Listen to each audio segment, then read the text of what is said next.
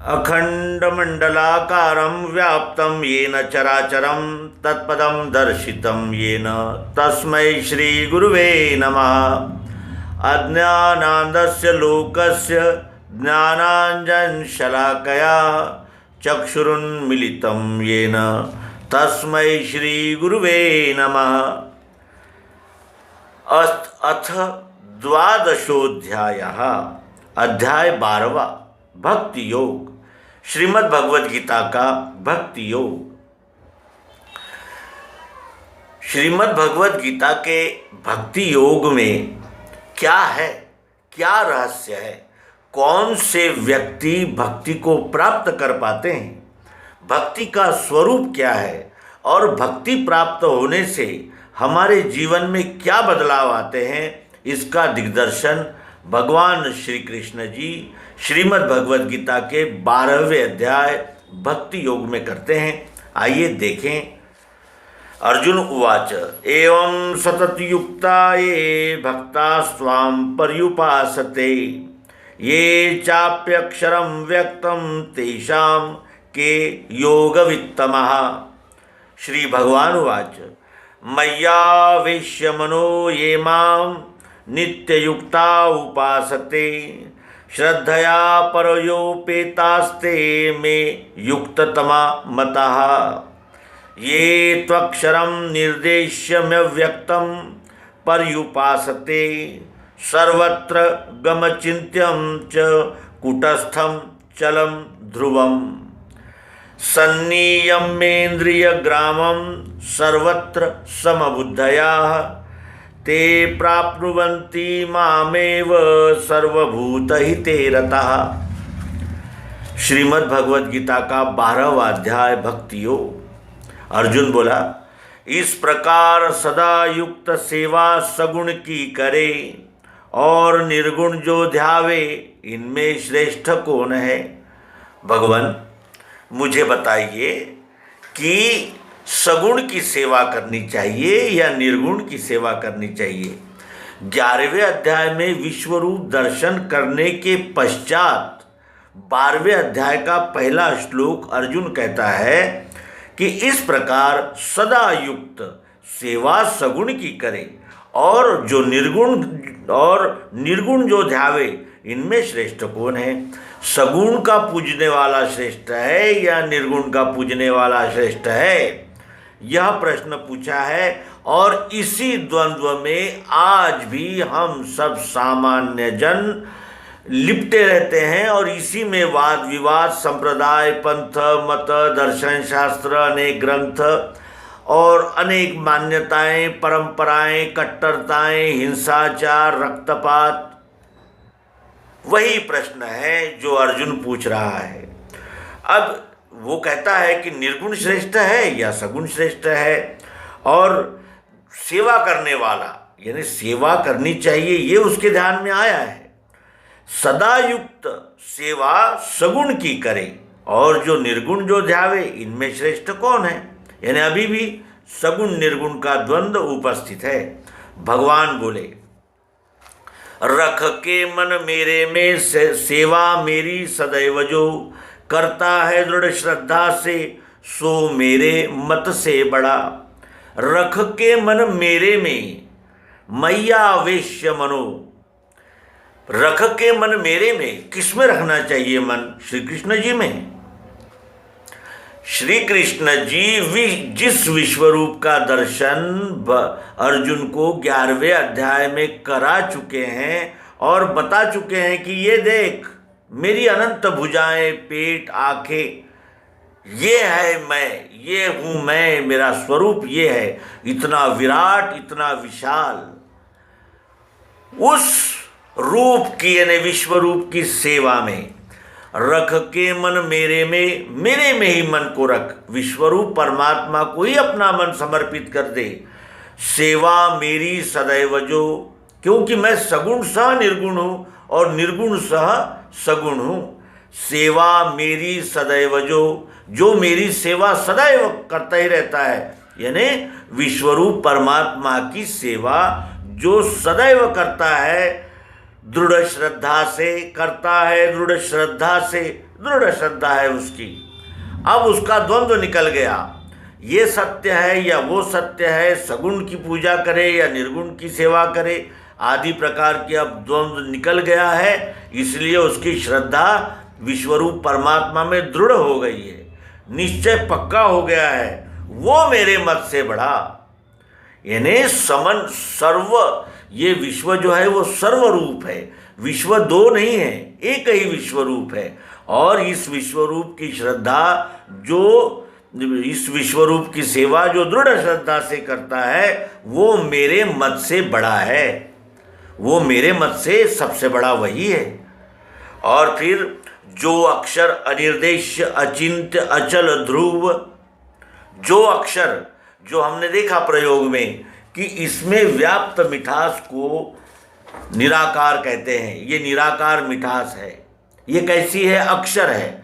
ये कभी इसके आकार बदलेंगे लेकिन उस मिठास पर कोई अंतर नहीं आता। क्यों? क्योंकि मिठास ये ओतप्रोत है, और ओतप्रोत भी इसे नहीं कहा जा सकता है। उस मिठास ने ही आकार धारण किया है, आकार बदलते हैं जिसे अक्षर गति कहते हैं। और यहाँ जो अक्षर यानी अक्षर यानी जो जिसका क्षरण नहीं होता, जो नहीं बदलता, उसे अक्षर कहते हैं। अनिर्देश, उसे उसका निर्देश नहीं किया जा सकता। जब भी निर्देश किया जाएगा तो कहा जाएगा शक्कर लाओ, शक्कर लाइए, ये कहा जाएगा, वो अनिर्देश्य है। अचिंत्य, उसका चिंतन भी नहीं हो सकता। क्यों? क्योंकि वो यहाँ जीभ की मिठास के रूप में है, तो यहाँ देखने की मिठास के रूप में है, यहाँ श्वास लेने की मिठास के रूप में है, यहाँ से आपसे चर्चा करने की मिठास के रूप में है, ये माइक सुनाने के मिठास के रूप में है, ये कंप्यूटर हमें अनेक प्रकार का ज्ञान देने के उपयोग में है। अचिंत्य, उसका चिंतन भी नहीं किया जा सकता। अचल, वस्तु में उस वस्तु का चाहत जरूरत प्रियत्व रहती ही रहती है, वो अचल है, वो चलायमान होती ही नहीं। वो उसमें का चाह जरूरत प्रियत्व अस्तित्व भातित्व प्रियत्व जो है वो कैसा है? अचल है। अगर ये हमारे उपयोग में नहीं रहेगा तो इससे कोई चश्मा भी नहीं कहेगा और बाजार से खरीद कर भी नहीं लाएंगे। अनंत रूपों में नामों में वही अचल है, वो अक्षर। अक्षर कूटस्थ, जिसे निराकार कहते हैं, जिसे ब्रह्म भी कहते हैं, जिसे ईश्वर भी कहते हैं, जिसे आत्मा भी कहते हैं। उसे आत्मा क्यों कहते हैं? क्योंकि उससे वो यानी इस वस्तु से इसका आत्मा अलग हो ही नहीं सकता, इसीलिए उसे आत्मा कहते हैं। ईश्वर, ये ढेला यहाँ उपस्थित होने का कारण क्या है? चाहत, जरूरत, प्रियत्व, अस्तित्व, इसी कारण से यहाँ आया, इसीलिए इसे ऐश्वर्य है, क्योंकि इसी अक्षर भाव का सारा ऐश्वर्य है। ध्रुव, ध्रुव है वो। ध्रुव का अर्थ क्या होता है? जो चलायमान नहीं है, जो स्थित है, स्थिर है। इसका प्रियत्व, चाहत, जरूरत, अस्तित्व क्या इस वस्तु को छोड़कर इधर उधर जा सकता है? नहीं जा सकता। इसीलिए जो अक्षर अनिर्देश्य अचिंत्य अचल ध्रुव सर्वत्र व्यापी, ये अक्षर ब्रह्म कैसा है? सर्वत्र व्यापी है, प्रत्येक वस्तु में है, कण कण में है। कण कण है, दिखता है और प्रिय रूप से दिखता है, इसीलिए सर्वत्र व्यापी। कूटस्थ, कूटस्थ है ये। हमें मिठास नहीं दिखती, आकार दिखता है, और मिठास देखने के लिए देखना पड़ता है। जिसको देखना पड़ता है उसे अक्षर कहते हैं, जो दिखता है वो क्षर है। और ये कैसा है? अव्यक्त है, व्यक्त नहीं है, ये अव्यक्त है, हर वस्तु में है, सब में है, कण कण में है, लेकिन वो व्यक्त होता है। और ऐसे जो अव्यक्त है, ऐसे व्यक्त को, अव्यक्त को जो चाहने वाले हैं उनको क्लेश बहुत होते हैं, ये आगे कहेंगे। वो सर्वत्र समदृष्टि है, सर्वत्र समदृष्टि है, सर्वत्र समदृष्टि है। वो किसी को ऊंच नहीं जानता, नीच नहीं जानता, छोटा नहीं जानता, बड़ा नहीं जानता, जात पात पंथ संप्रदाय अनेक प्रकार की विभिन्नताओं में वो एक ही तत्व को देखता है, सर्वत्र समदृष्टि है और भूतों के हित में रहे, जीव मात्र के हित में ही लगा रहता है। क्यों? क्योंकि वो जानता है कि यहाँ कुछ भी एक दूसरे से अलग नहीं है। एक माटी के सब है भांडे, एक ही मिट्टी से, एक ही तत्व से सब कुछ बना हुआ है। सजीव, निर्जीव, छोटा बड़ा, आचार्य, एक फुटपाथ पर रहने वाला व्यक्ति और सभी उन्हीं पंचतत्वों का निर्माण है। इसीलिए वो जानता है कि ये विश्व ही परमात्मा है, इसलिए विश्वरूप परमात्मा है। इसका अर्थ यह है कि इस विश्व का एक एक कण भी परमात्मा है। यहाँ सब कुछ परमात्मा ही है, परमात्मा के बगैर अन्य यहाँ कुछ भी नहीं है, ये वो जानता है। और इसीलिए भूतों के हित में रहे, सर्वत्र समदृष्टि है, भूतों के हित में रहे। वश में इंद्रियां जिसके, वश में इंद्रियां जिसके, वश में इंद्रियां जिसके, इसका क्या आशय है कि वो मोह के और अनेक प्रकार के प्रलोभन के, डर के प्रसंग आने पर भी अपने यानी इंद्रियों को समेट के रखता है, नियंत्रित रखता है, पराये माल पर नजर नहीं डालता, झूठ नहीं बोलता और अपने इंद्रियों को विषय देने के लिए वो ठगता नहीं। वो इस तरह वश में इंद्रियां जिसके इंद्रियां वश में होती है, वो अपने इंद्रियों के वश में नहीं होता, इंद्रियां उसके वश में होते हैं। वो भी मुझ में मिले, वो भी मुझ में यानी विश्वरूप परमात्मा में ही मिल जाते हैं अर्जुन, क्योंकि वो द्वैत छोड़ चुके हैं, क्योंकि भूतों के हित में रहते हैं वो। और भूतों के हित में रहते हैं और इसलिए आगे कहते हैं कि अव्यक्त चाहने वाला जो, उसे क्लेश है बड़े, गति अव्यक्त की पावे नर अत्यंत कष्ट से। अव्यक्त चाहने वाला जो है, जो इसमें जो अव्यक्त मिठास है, जो आत्मा है, जो ओतप्रोत भरी हुई है, उसको जो चाहता है उसे बहुत क्लेश है, क्योंकि उसके लिए उसे ध्यान, धारणा, योग, समाधि, अनेक प्रकार की उपासनाएं और इस प्रकार के उससे क्लेश है, बहुत क्लेश है। अव्यक्त चाहने वाला जो, उसे क्लेश है बड़े, गति अव्यक्त की पावे नर अत्यंत कष्ट से। इस निराकार आत्मा को देखने के लिए यानी इस अव्यक्त तक पहुंचने के लिए यानी अत्यंत कष्ट पड़ते हैं नरों को। क्यों? क्योंकि ये साकार सह निराकार है।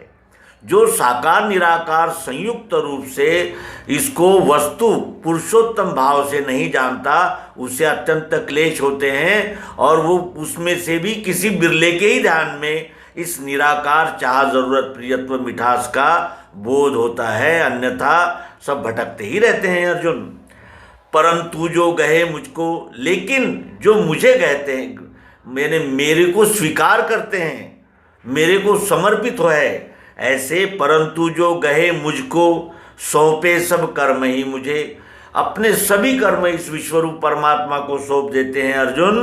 अनन्य योग से मेरी करते हैं भक्ति ध्यान से। वो सद्गुरु योग युक्ति से ये जान चुके हैं कि यहाँ अन्य कुछ है ही नहीं, मैं ही संपूर्ण विश्व हूँ, एक ही तत्व से सब कुछ बना हुआ है, मेरा स्वरूप और ये विश्वरूप एक ही है। ऐसा जो जानता है और ऐसा जानकर जो अनन्य हो गया है, उस योग से, अनन्य योग से मेरी करते हैं भक्ति ध्यान से।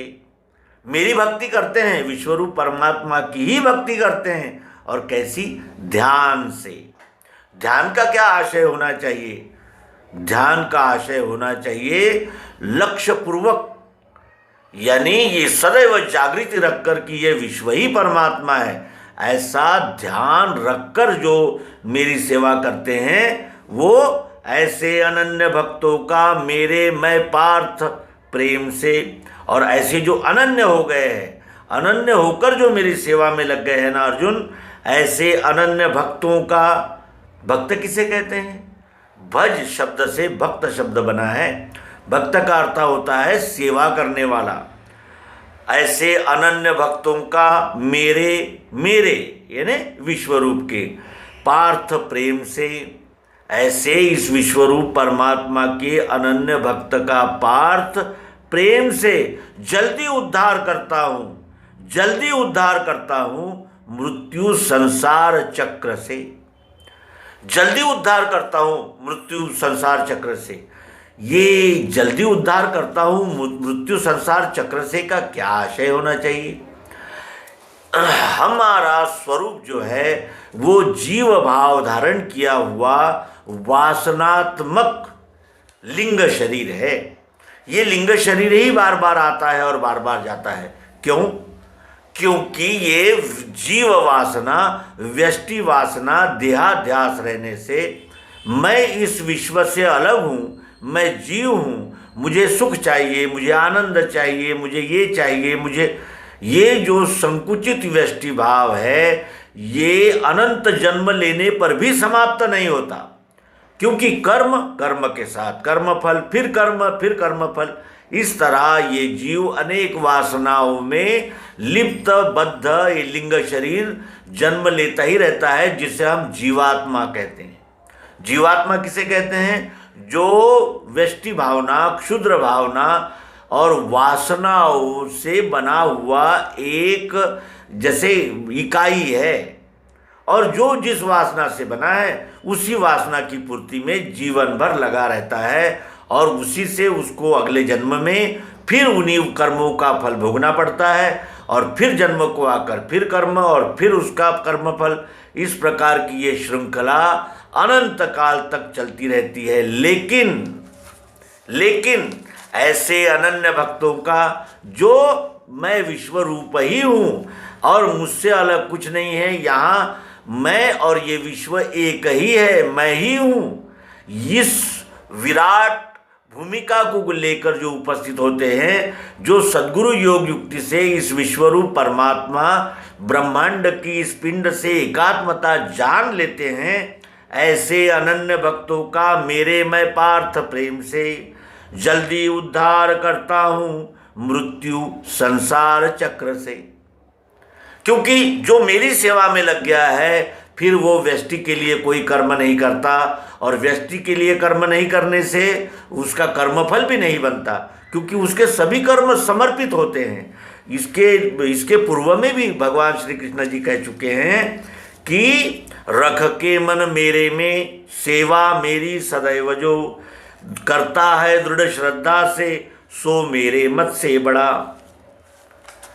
तो ये जो विश्वरूप परमात्मा को सद्गुरु योग युक्ति से प्रत्यक्ष जान पहचान कर उस विश्वरूप परमात्मा की सेवा में लग गए हैं, ऐसे अनन्य भक्तों का मेरे मैं पार्थ प्रेम से योग क्षेम वहाम्यहम्, जो मेरी सेवा करता है ना अर्जुन, उसका योग यानी प्राप्ति और क्षेम यानी रक्षण मैं ही करता हूँ, मैं करता हूँ का आशय है विश्वरूप परमात्मा अपनी सेवा अनन्य भाव से करने वालों का योग क्षेम करता ही है, और फिर जल्दी उद्धार करता हूँ, वो भी एक लाभ कि जल्दी उद्धार करता हूँ मृत्यु संसार चक्र से।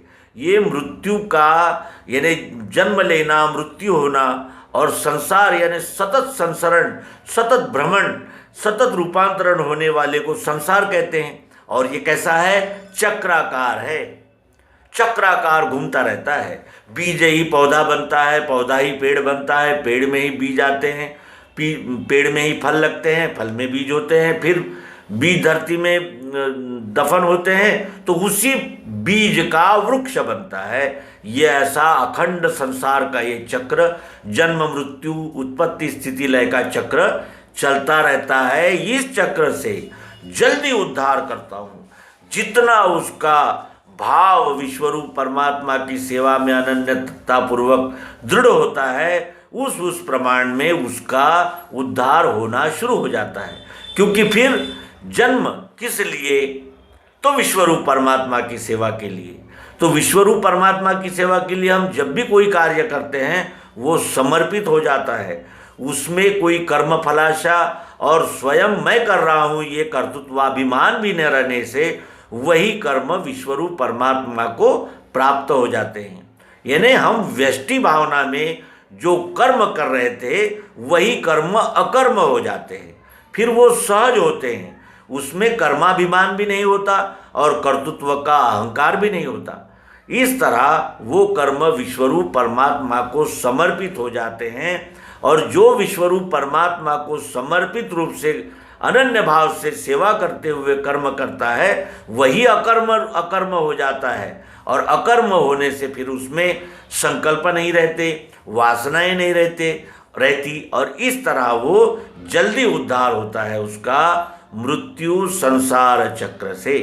तो मित्रों, आशा है भक्ति योग नामक इस श्रीमद् भगवद गीता के 12वें अध्याय का हम क्रमशः निरूपण करेंगे और भक्ति को प्राप्त करने के लिए ही इस जीव का निर्माण हुआ है। इसी से स्थूलता पाई स्वरूप बोध के लिए मन बुद्धि अहंकार बन के कार्य है करे। तो धीरे धीरे हम सर्वांग योग के प्रकाश में श्रीमद् भगवद गीता का 12वां अध्याय भक्ति योग अवश्य ही अवलोकन करेंगे। आप सब शुरू से अंत तक इस एपिसोड को देखिएगा। अपने विचार कमेंट बॉक्स में आप अवश्य नमूद किया कीजिए, जिससे हमें उत्साह भी मिलता है, प्रेरणा मिलती है और हमारी त्रुटियों की भी हमें जानकारी होती रहती है। इस तरह आपके कमेंट्स का हम सदैव स्वागत करते हैं। नर्मदे हर सद्गुरु भगवान की जय।